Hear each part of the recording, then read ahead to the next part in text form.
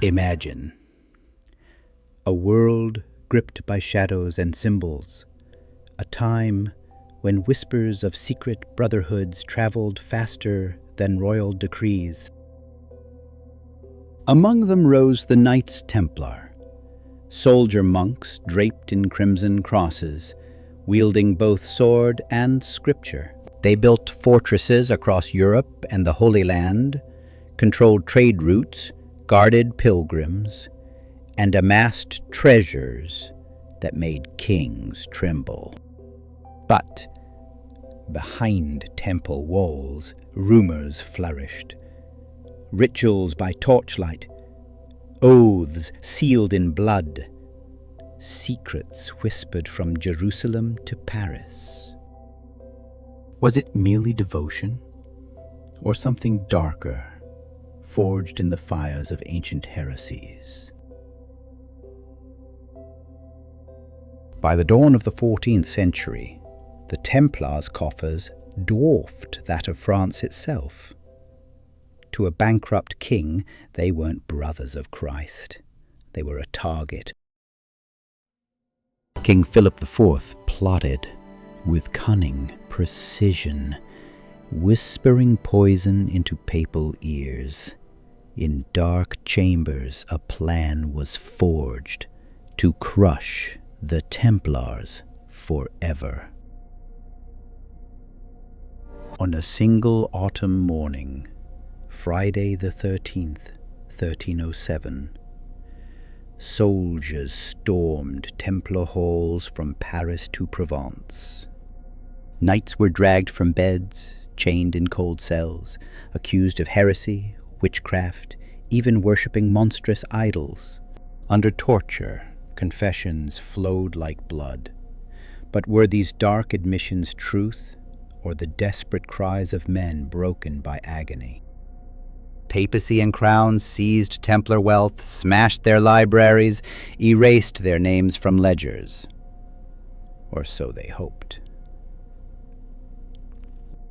Yet at La Rochelle, the Templars' largest fleet vanished into a ghostly fog, ships heavy with men, gold, and perhaps the world's greatest secrets.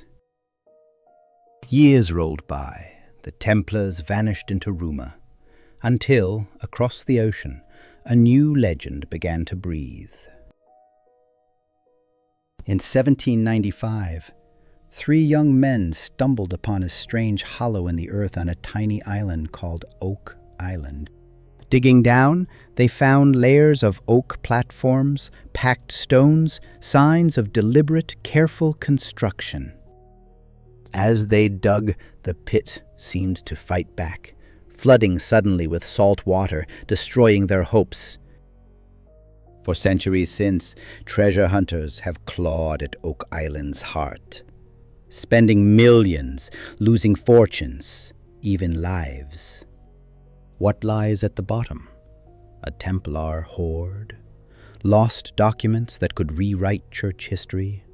Or something far darker, protected by ancient traps? And it's not just Oak Island.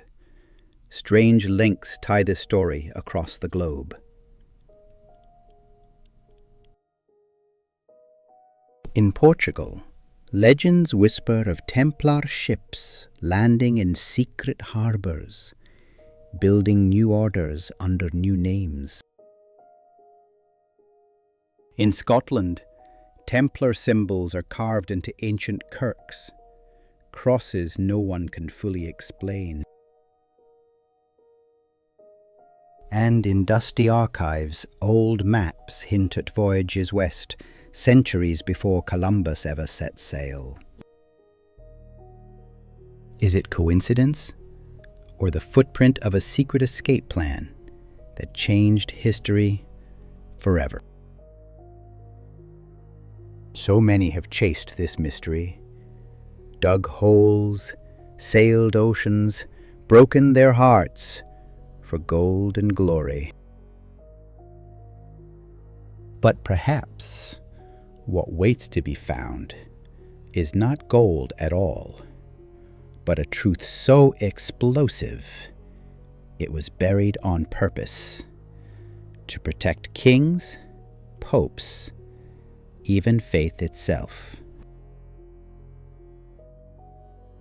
Or maybe it waits still, watching us, laughing at our obsession. And so the question remains, as it has for 700 years.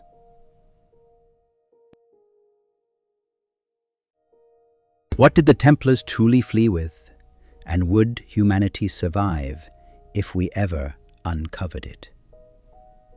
Over the centuries, thousands have tried to solve this riddle.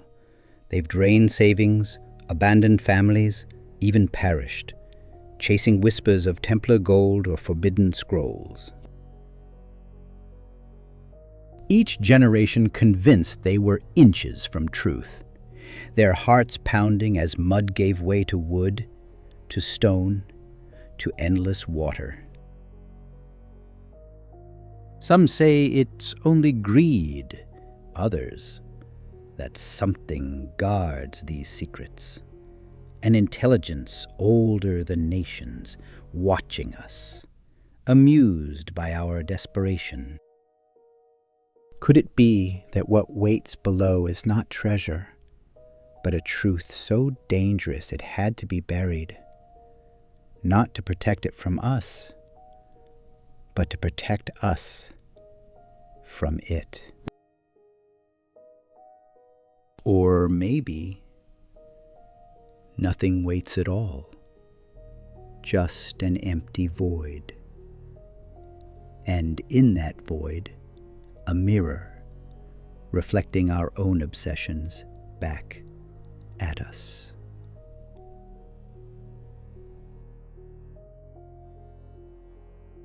Still, the pit remains. So does Oak Island. And so do the legends. They're waiting, patient, for the next soul willing to pay the ultimate price. So we circle back to a question echoing across 700 years. What did the Templars truly flee with? Was it gold, relics, heretical gospels, or something far stranger? And if we ever uncover it, will we survive knowing? But what if the story doesn't end here? What if the Templars never vanished at all? What if they simply changed their name, faded into power, and continued their work from the shadows? In our next chapter, we follow the trail through secret societies, hidden symbols, and a conspiracy buried beneath centuries of silence. The truth may be closer than you think.